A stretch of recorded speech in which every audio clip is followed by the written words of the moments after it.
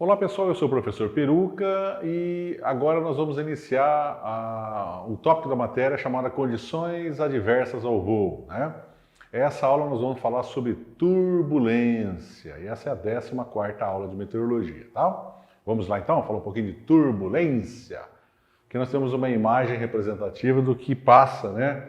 Uma aeronave, sua tripulação e passageiros durante uma zona de turbulência. Podem crer que não é nada agradável, muito menos engraçado.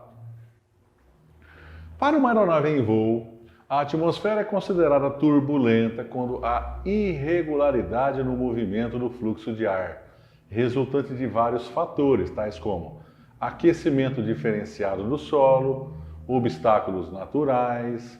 E esse movimento irregular do fluxo de ar, mais conhecido como turbulência, exerce um significativo efeito no voo, podendo até mesmo comprometer a atividade aérea.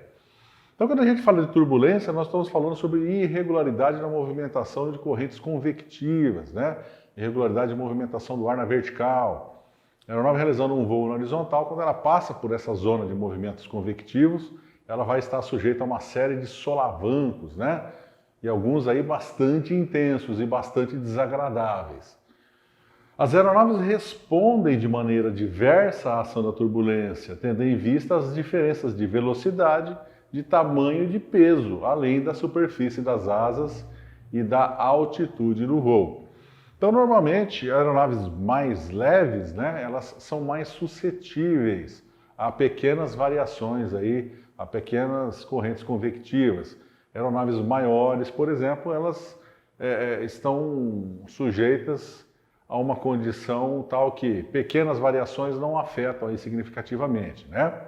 Então, tudo tem a ver aí, não só com o tamanho, com o peso, mas também com a velocidade que se voa. Quando a gente estuda a teoria de voo, é recomendado que todas as vezes que uma aeronave adentra em zona de turbulência, tenha sua velocidade reduzida para não ultrapassar os limites de fator carga limitados pelo fabricante.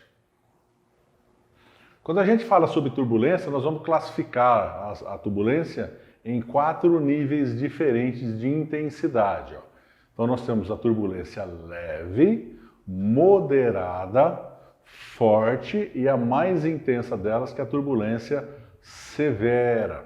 Para vocês terem uma ideia, o piloto é obrigado a reportar aos órgãos de controle de tráfego aéreo sempre que ele estiver sendo submetido a turbulência forte e severa, para que o controle então tenha noção a respeito do fenômeno e passe isso então para as demais aeronaves que voam na mesma área, tá? Então, o piloto pode sentir a turbulência de acordo com 4 níveis aí de intensidade, tá? Então, leve, moderada, forte e severa.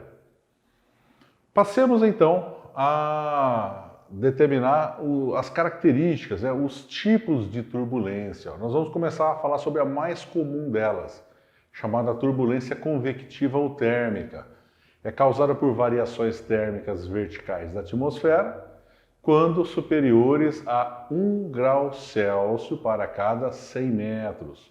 Produzem, dentro e fora das nuvens, correntes verticais consideráveis e são capazes de interferir no movimento horizontal das aeronaves.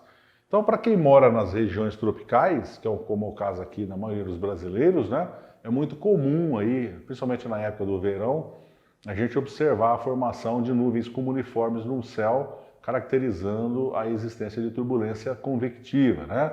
Então, o que acontece é que o ar quente ele sobe porque perdeu densidade e o ar frio desce ocupando seu lugar. Então, essa movimentação contínua de ciclos de ar quente subindo e ar frio descendo caracteriza então uma irregularidade ou uma descontinuidade na movimentação da massa gasosa, fazendo com que então haja o surgimento de turbulência. Estando associada às variações térmicas, pode-se concluir que quanto mais quente estiver a superfície,